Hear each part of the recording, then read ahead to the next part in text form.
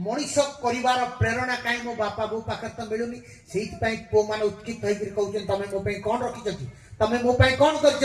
जन्म कर तो तमें मत जन्म करने उद्यम कर निज स्वामी स्त्री जीवन को उपभोग करुल तो मु बाहरी आसली जदि पिला को आम मनीष कर रखी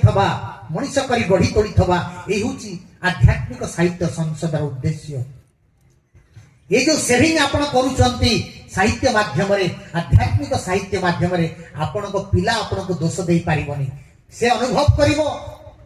ए अवहेलित संसार रे मो बापा भी जने प्रतिभाधारी व्यक्तित्व थिले मो मां भी जने प्रतिभाधारी व्यक्तित्व थिले मो पाई सेविंग करि नहंती मो पाई बैंक बैलेंस नाही मो पाई भुवनेश्वर प्लॉट करि नहंती मो पाई इंश्योरेंस करि नै कोन हे गेला सोटू मो बाप मार ये प्रतिभा संपन्न बाप मां पिला तो मु समाज रे मुंड टेकी से पिला कथा कहि पारिबो तेनु हे कवि माने हे कवयित्री माने आपण मानकर कवितार लेखा आपण मानकर भावना केवल आपण को पिला को मनीष करिवनी ए दिगहरा संसार को मध्य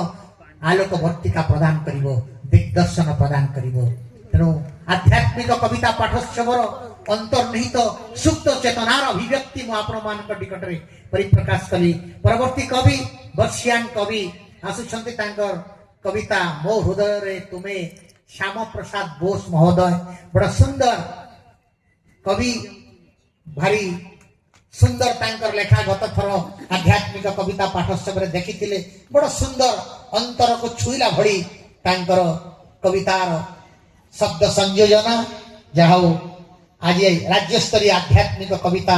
पाठोत्सव आज धन्य हो जाइए एभली महान कवि को पाखे पाई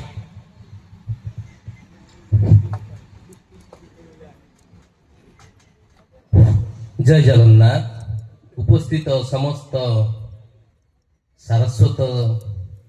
व्यक्तित्व को यथामान्य सम्मान जनाऊँगी मोर आज शीर्षक मो हृदय रे तुमे ये केवल मो हृदय रे नुहे समस्त हृदय रे